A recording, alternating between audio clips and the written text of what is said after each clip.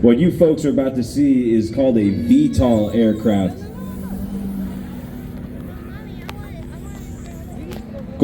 Vertical takeoff and landing. Keep your eyes on the red and white. Looks a little like the helicarrier from Marvel.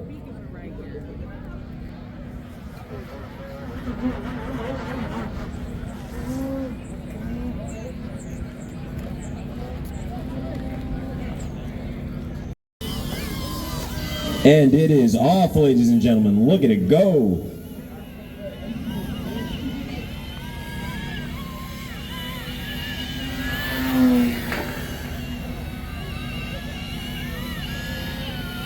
I'm a big fan of Iron Man movies, so my eye is on the VTOL right now.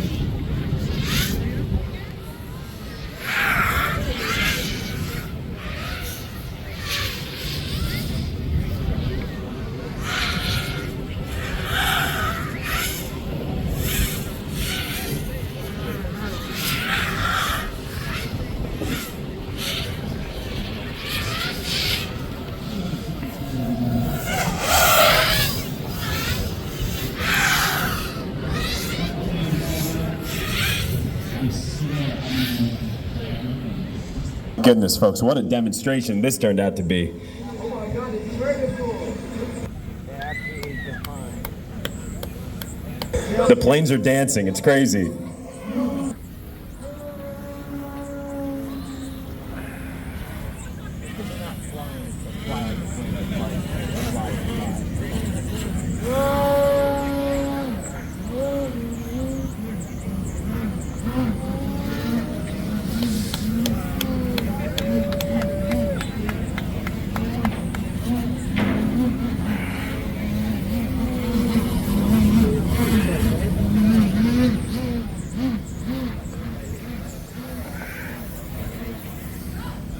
Said there's a cloud of smoke, a gas coming out of the back of the truck.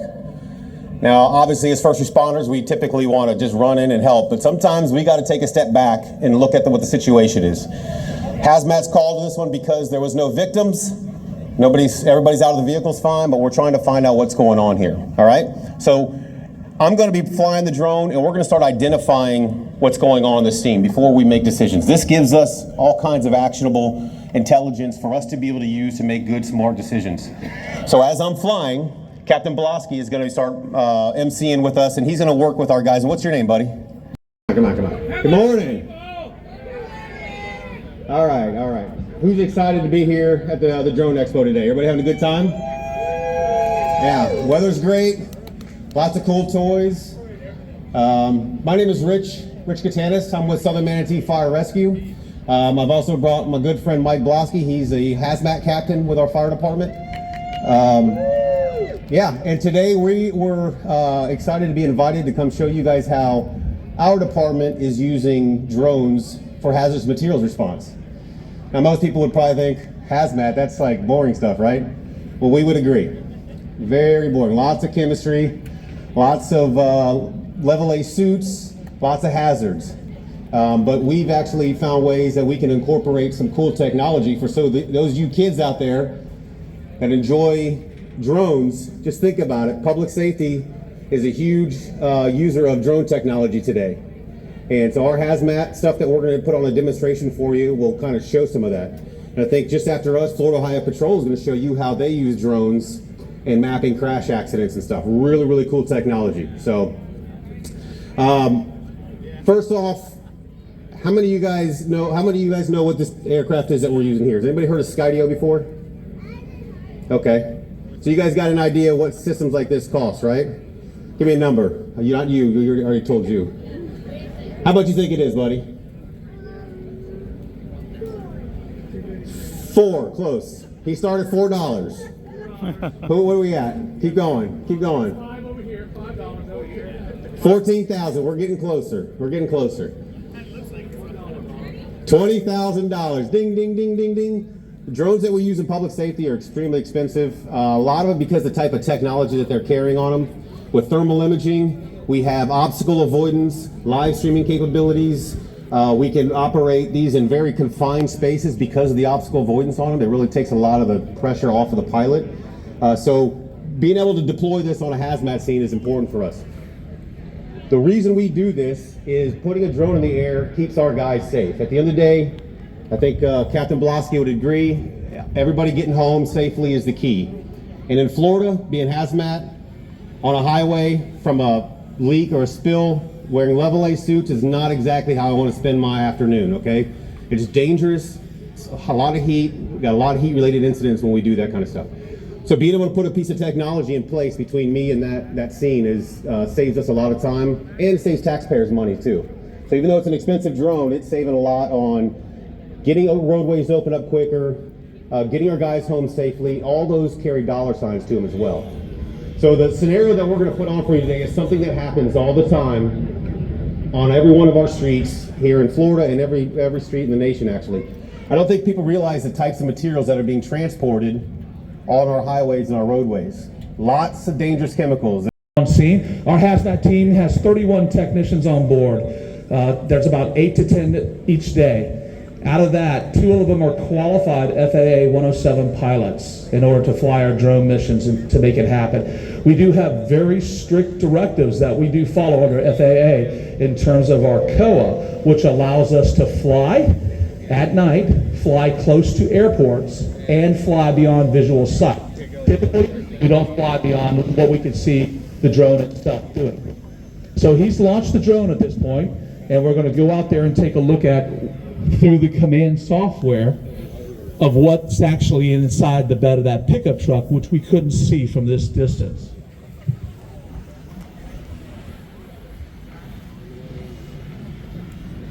So these 2 fine gentlemen have a better perspective of what's going on. They're actually seeing the camera on board aimed downwards. And what they're going to try to do is find out the name of that material through a series of placarding that's on every hazardous shipment load that is transported throughout the United States. Now we're getting in there and we're taking a look. What do you see, guys? All right, so what he's observing is 2 blue barrels in the back of that pickup truck where the smoke is coming from, right? So this gives us the power of observation that can be done rapidly on scene in as little as 5 minutes before I have to send 2 firefighter technicians that are in 80 pounds of gear all the way over there and expose them to that white smoke.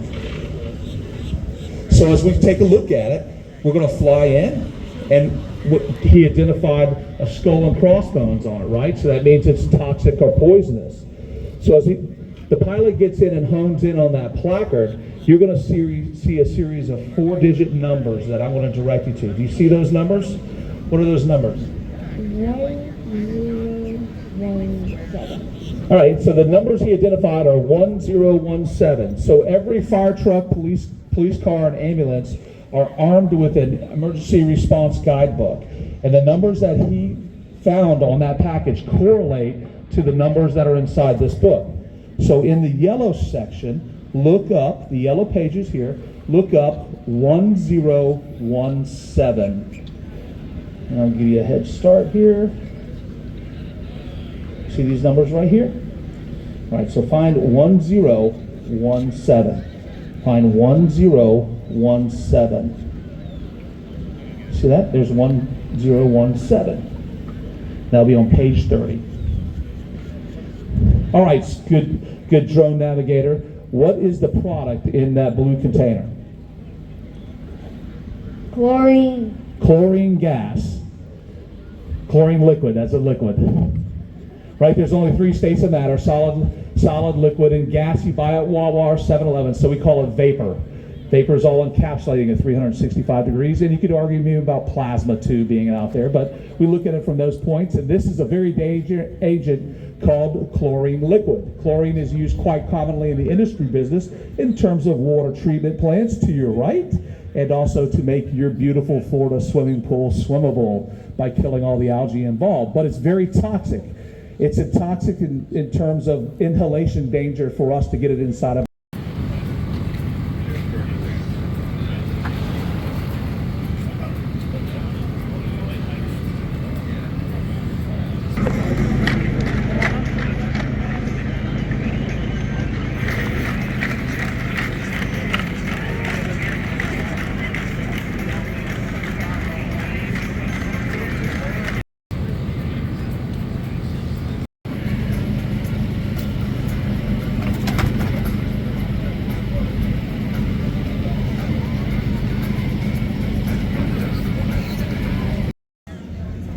Different variations. Yeah, so this is a pretty good representation. We got, and then we have probably 15 or 20 different models that we have in inventory that we don't use. You know, technology about every 3. The Normandy F-200 is a Korean aircraft. We're their U.S. partner, bringing it to the U.S. market to commercialize it. 85 miles an hour. Tilt rotor system, so vertical takeoff, 85 mile an hour horizontal flight, smooth transition. Wow. It's the biggest aircraft we have in the Yeah, so this is called the CRID. What's something like this run, the total package? With the drone? Yeah. So with the drone, we're doing more of like a service operation, kind of like a lawn care service where we would come out and perform the entire operation. Oh, gotcha. We would charge the client like a monthly rate to do that operation with the labor and everything included. The Remote ID broadcast module, it's made in the USA here in California. It's the lowest cost one that's made in the USA right now. It's around $250 for the broadcast module.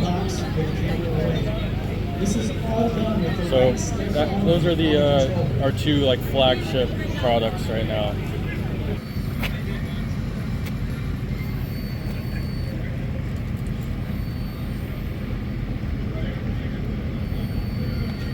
Morning, how are you? Good, how you doing? Doing great. I take it all that's got to be made in the U.S. now? Everything you does. buy? It does. We had Oh, so that's really. We had a very robust drone fleet with DJI that we could see license plates on the skyways, and we can thermal image for a distance of a half mile. And of course, Governor DeSantis signed the legislation that said that we could not use foreign products anymore. So we had to switch to U.S. manufacturers on a blue list. We keep that one that says keep this coupon. We're going to ask you. Not everybody will be on it, but you're definitely qualified. You know what I mean? Well, yeah. If I'm interesting for your audience, Oh, absolutely. If I'm not, then You just said Cambodia in the early days, and I'm like, yeah, that's pretty interesting. this pen is not. Neither is that one. Oh, geez. I might be the ticket taker. Yeah, this school has to close. All the kids are That's what they started in school about 3 years ago. They had this drone classes and they decided to make it public. I thought it was all done. This is the second show, but they on TV they were saying this is the first show that they had. This is the guy. This is the guy who won all. I had the game inside of actually.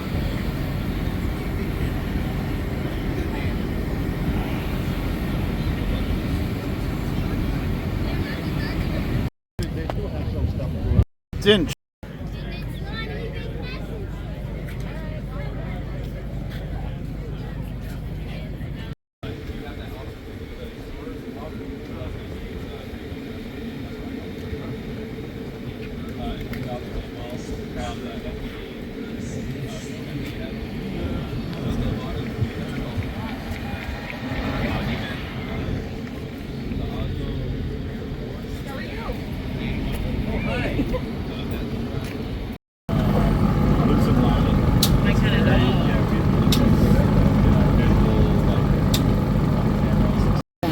on top of one of these.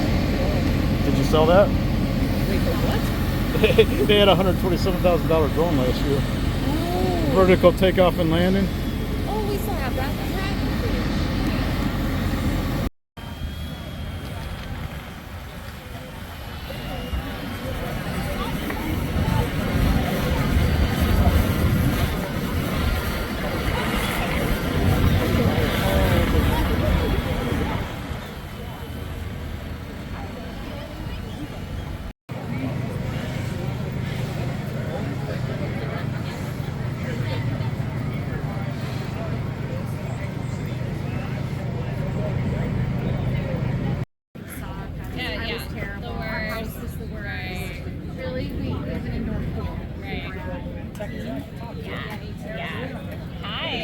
Hey, how you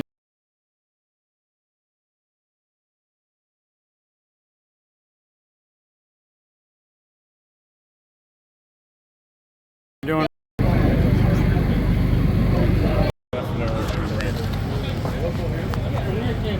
What, do you get a waiver for doing over 3 miles? Is that what you're doing?